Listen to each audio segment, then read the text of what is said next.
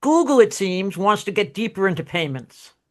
It plans to incorporate remittance services into its digital wallet, and it has teamed up with several remittance providers, such as Ria Money Transfer and Wise, to provide remittance services through the wallet. 50 Ria Money Services, Money Transfer, has over 55,000 locations in the U.S. I did not Mm. realize that. It must, Wow, it's a lot. yeah, it really is. And I think it's pretty much located in the Southwest because they Okay. mostly deal with Latin American countries. Okay. Okay. Um, Wise is a money transfer service that counts nearly 15 million customers in 80 countries.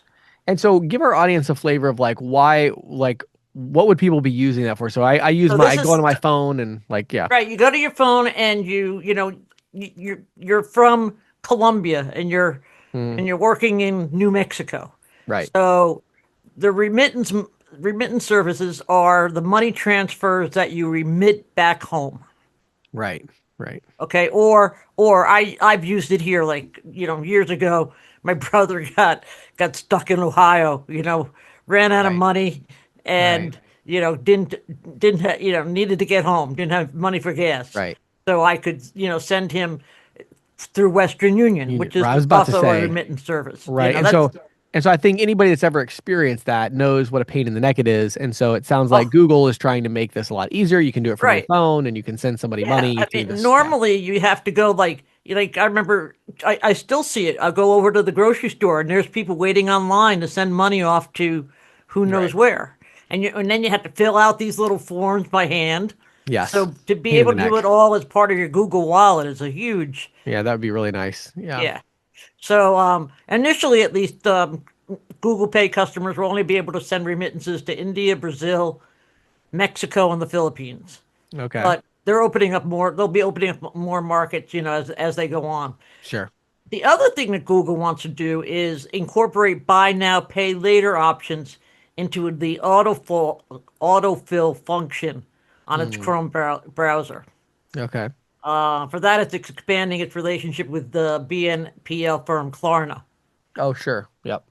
So, Payments Dive, which is an online news site, quotes several industry experts who point to the need for Google. Why one of the reasons Google is doing this is that it needs to deepen its relationship with consumers and merchants with an eye towards enhancing the utility Mm, of its, and getting deeper into payments because OpenAI is already readying a web browser to compete with Chrome. right. And Right. OpenAI being, the big Yep. AI Yep. company. So Google, you know, is trying to say, it has to stay one step ahead. And Right. payment seems to be the one area where it's always found more ways to do things. Sure. Yeah, absolutely. Okay. Very interesting. We'll see how that goes. I mean, yeah, if they open up a lot of countries, I do wonder, it's like to me that almost seems like an innovation where you know, do we really need, is isn't the Bitcoin or it seems like crypto would actually be a better medium of exchange for this use case, but It you know, would, but I think you're also talking about a sector of the economy that is not necessarily that savvy. right, sure. Got it. You Right. know, I mean, I see crypto, for gig workers, for example, Right, right. right? That's a Right. great way to pay your gig Yeah, workers, but people who maybe are here working an agricultural job or something like that, and they're trying to right? send money back home, they might Right. want something a little more trustworthy that they're used to. And yeah, sure, I could see that. Yeah, that Yeah, makes yeah. sense. And Okay. there is I do see, I see a socioeconomic, um, uh, Component uh, there.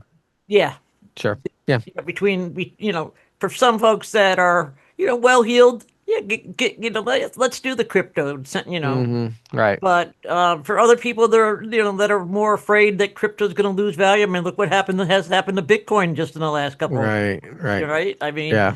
Sure. Okay. I Interesting. yeah. So anyway, so next up, a report on gift cards. Okay. 2025 is shaping up to be a really good year for gift card sales. A new report from the Bank of America and Strawhecker Group shows increasing gift card purchasing over the past year. 81% of consumers they surveyed in 2024 purchased gift cards, which was a 6% increase over 2023. Wow. Okay. And that's both physical and digital cards Right. are being bought with greater frequency. I know I'm not necessarily representative of the buying public, but I got to tell you, I love gift cards and I use them for myself. Mm-hmm. You know, Right. like I have this grocery store that gives me, points towards my gas Right. when I Right. buy gift cards. So, I needed to put a dishwasher in the apartment that I have. Yeah. You know, I got enough gift cards that I got was able to fill up my monster truck, which has a 30-gallon tank for Right. free. Right. 30 gallons of gas for free. That was a That's pretty nice good. little, I was at Right. Home Depot. I picked out the dishwasher. I said, "Excuse me, I have to go to the grocery store. I'll be right back." Right. Right. And a guy knew exactly what I was doing. He's like, Yeah. "Yeah, I'd be doing that too." So, Huh. anyway, when they were queried about their gift card purchasing plans for 2025, 23% of consumers said they plan to spend more on gift cards this year than they did last year. Right. So last year they went up 6%. It would not be hard for me to expect them to go up 5 or 6% this year as well. Mm. Interesting. Also worth noting, 57% of consumers, excuse me, say that gift cards prompt them to or inspire them to try new places. Whether that Mm. be new restaurants or new Of course. merchants. Yeah. So, Well, that's always been the big driving force, I think, for gift cards is that it's a way. I mean, I remember I probably talked about it before on the podcast, but I remember the first guy that I understood gift cards was this guy named Larry Rosen, I think it was. Anyway, he owns this chain of pizza shops out right, here, and every year, so his pizza shops are all strategically located near a college, like a college right, campus. right, And so he would every year he would go to the college campus and he would donate like I don't even like 1,000 of these $5 gift cards or something. right. And then he would say, "Hey, you can go sell these for $5 or whatever, and use the money for the college." It was great. Well, then what happened is everybody would come to use this $5 gift card that all Yes, spend $50, and he would get all these brand new customers that had never been there before, but they got a gift card, so they wanted to come use it. And he kind of built his whole business on that. it's interesting that you say that because I have this young man who does work for me around the property, but who just got a job with a new pizza joint. And so I went there one day just to check out the place, and there wasn't very much business. And I said, "You know what you guys need to do?" And I Yeah, used that example of yeah, what yeah. I said, my friend James, had a client that he did that with, and he built the whole business around it. Right. So I said, and what's interesting is this guy, his pizza shop is like 3 blocks away from that city's schools, Right. Right. the high school, the middle school, and the elementary All school right there. Yeah. So are he could all go right do there. that and just donate gift cards and yeah. Give them out to the kids is the Right. principal's reward for getting on the honor Hmm. society or whatever, right? Yeah. Well, and it's funny too because it's a cool way to do that because when you think about it, the average spend at a pizza shop is probably $40, I would imagine these days, Probably at right, least, if not a little higher.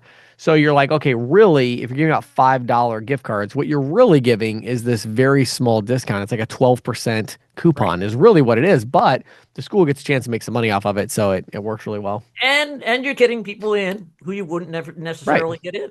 So yeah, Exactly. A lot better than Groupon, as far as yeah, they take 30%, I think, so it's a lot better. yeah, exactly. It's a lot cheaper than Yeah. Groupon.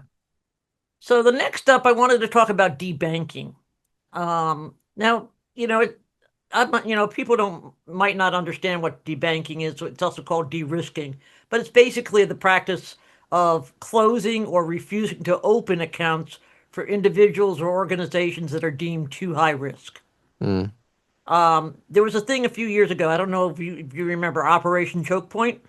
I don't remember that, huh? It might have been, you know, more than 10 years ago. So when Sure, it was sure. still, but Operation Choke Point, regulators were looking askance at banks that provided payment processing and other services to businesses like gun shops, payday lenders, Okay.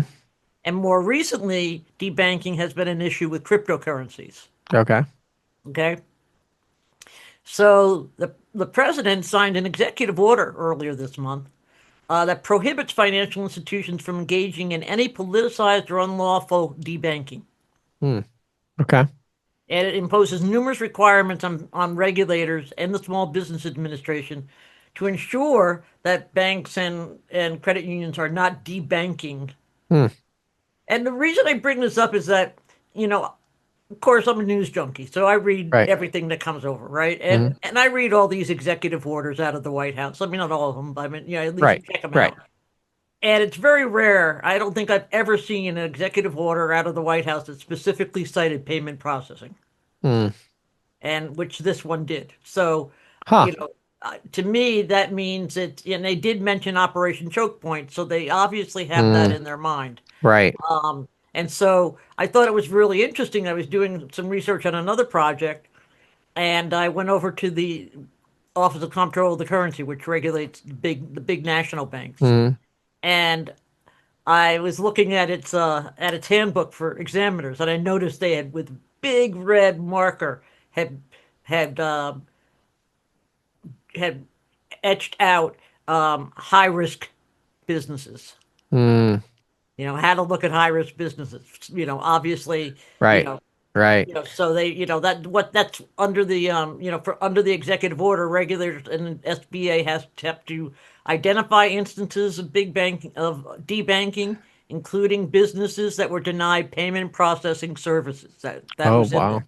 Yeah, Interesting. Now, yeah. is that going to have an impact on kind of the CBD that's Well, yeah, that was my question too. And it's no, the reason it may on CBD, but it won't on some of the other cannabis stuff okay, because like dispensaries and things like that? dispensaries and stuff like that. But it probably will have an impact on the CBD. Right now you can people, I see gas stations selling CBD oils and stuff Hmm. like that. Right. That would be and the smoke shops.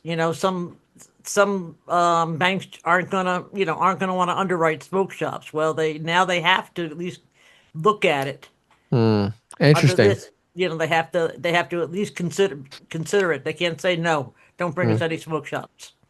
Wow, that's very interesting. That's going to have a big impact on underwriting. That's actually really interesting. I So, think so too. Yeah, and the other thing they're going to have to do is notify and provide renewed options to any clients or prospective clients that were denied access to payment processing or other services because of politicized or unlawful debanking actions. hmm.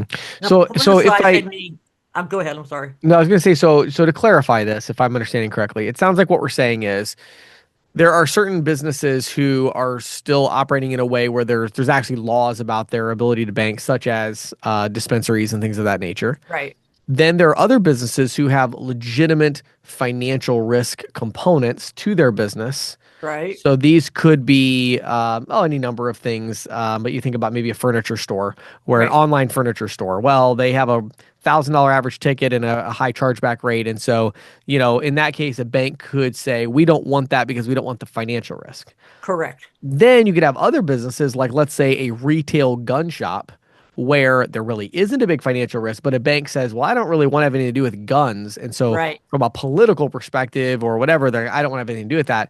This Right. executive order is saying, hey, in that case, that's almost discriminatory towards that business Exactly. because you're not basing this on a financial decision. You're basing this on I don't want to be associated, Right. with that business type. Could also, I would imagine, have to do with maybe even some nightclubs or adult entertainment type stuff. So the Or various things pay like that. or payday lenders would be another Pay lenders, thing sure. because a lot of people think that that's sort of like loan sharks. It's Yeah, not, yeah. but Right. I thought of this. One of the reasons when I was reading this, I thought of your full stack payments Hmm. because I know you have a module for gun shops, right? Yes. Yeah, we do. And in the old days under Operation Choke Point, you wouldn't have been able to do that. Right. Right. You'd be really hard pressed to find a bank that would Hmm. underwrite that. Now Right. they Now it's not hard to find a bank to underwrite it, but there definitely are a lot of hoops you have to jump through. But that's just to make sure there's compliance as far as all the different licenses are needed and things like Right. that. So Right. yeah, Right. that's very So interesting though. anyway, so yeah, now it's like an open market, so to speak. Wow, very cool. Huh? Yeah, I thought that was a cool one. Yeah, interesting. And then finally, I have a report out of JD Power Okay. that found reveals surcharging is really catching on with small businesses. Hmm. Better than a third of the nearly 4,000 small business owners surveyed assess by JD Power assess surcharges on credit card transactions. Hmm. and they found that it's especially popular with newer and smaller merchants. Yeah, sure. You know, and I think I can think, that kind of goes along with stuff that we've talked about in the Yeah, past. right. The newer merchants aren't like confined by that old mindset of surcharging is bad, you know. Right, exactly. I mean, right Mm. now, what it's like 48 states, I believe it's now totally legal in Right, exactly. with some conditions, but Yeah. and Hmm. you can't exceed, for example, it can't exceed the merchant's actual cost, or they might Right, put a cap on it. right. Um, I also am reminded of the fact that New York passed a law last year that excuse me, requires merchants to either display the higher credit card price alongside the standard price, Hmm. or some kind of unified price that Right. No, includes. there's no calculation at the counter. Yeah, Yeah. yeah. Yeah, So if you have to calculate the price, then that, so you can't just say there's a percentage differential or whatever. There, right even a percentage surcharge isn't acceptable in New York because they have to know what they're going to pay before they go to pay it. before they got to pay it, exactly. Right. So, Mm. but still, and in New York is a big market, but still, Yeah. a third of merchants. I don't think Yeah. we would have seen that a few years ago. Well, I know it's funny. I'd be willing to bet anything that in that study, if you segmented off just the merchants from New York, I'd bet that they were at 40% or higher. Oh, I wouldn't doubt it in the least. It's huge in New York, which is funny because it's one of the only states where it's absolutely illegal. And Right, yet, meaning, there's no calculation. So no matter what, it could be cash. Even, well, I guess cash discounting, I guess that would be okay because you're doing a discount to a lower price. But as far right. as like, yeah, again, I don't know though, actually, I'm not sure about that. But, but definitely what we would consider a compliant surcharge where you add a percentage to only credit, that's definitely in violation of that law in New York, and dual pricing would probably be as well unless you're going to display it on the shelf. So Right. it's funny that one, but that state, it probably has more surcharge than Probably anybody has else. more, and it's part of that, the size of the state. Right, right. It is, but it's also just kind of caught fire in New York, and there's a lot of ISOs and agents that push it. So, Yeah, yeah, but yeah, exactly, exactly. well, yeah, Well, that's it for this week, James. yeah, very interesting. So thanks so much, Patty. Really appreciate you jumping in and providing us these insights. Oh, hey, it's insightful. I learn every time I do this. There's an old expression: journalism is a practice of conducting your education in public while getting paid for That's great. I love it. Good it. stuff.